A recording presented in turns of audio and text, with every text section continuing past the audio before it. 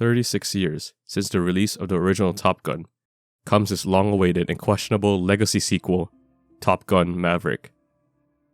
And we all know how legacy sequels of beloved film franchises go most of the time. They're lazily written, heartless, off-the-beat, multi-million-dollar cash grabs that serve the production company's bottom line. I mean, just look at Matrix Resurrections, and even then, it didn't make its money back. But Top Gun Maverick is everything but that.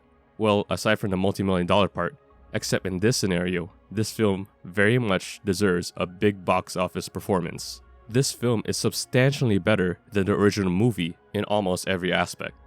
And it's hard enough to make a sequel that's as good, if not better, than the original, but it's even harder to make the sequel relevant sonically nearly 40 years later. This film checks both those boxes. This is not only a great film, but a perfect legacy sequel. The story has a purpose to be told. It perfectly matches the first film's tone, pacing, and setting, even matching the opening sequence beat for beat.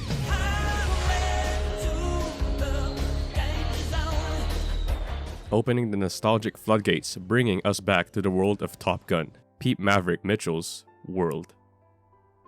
An aged Maverick, a more mature Maverick in some ways, guiding the new class of Top Gun pilots for a designated suicide mission that only he can get him through. And this is the critical moment within the story. At the end of the day, this film is not about the new cast of characters. This film is about Captain Maverick himself. This is why a lot of these legacy sequels fail to begin with. They focus on the new characters instead of its legacy.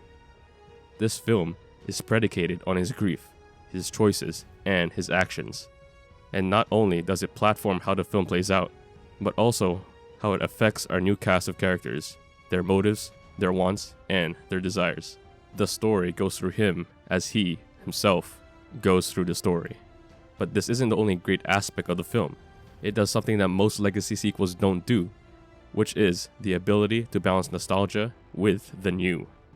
Joseph Kosinski was able to blur those lines of nostalgic impulses and modern age film to create a fresh take on the franchise while being able to give a nod to its roots in the process. Not every director can do that, and nearly no legacy sequel does that. Not only that, but this also has far better action sequences, which was my main gripe about the first one. While the jet sequences look great, especially for its time, I did not like how it was edited and shot, especially in its third act. But here, it feels electric, gripping, and captivating. Like every shot, and every cut, and every scene had a purpose. Especially the entire third act, where the main mission takes place. And let me tell you, it's the best action sequence I've seen since Mission Impossible Fallout, funny enough. I'm glad this film came out in theaters, and I was able to watch it in the cinema, because this is where the theater experience shines dramatically compared to your TV at home. The sound design of the film is phenomenal, and pairing that with equally great cinematography, you get a very enjoyable theater experience.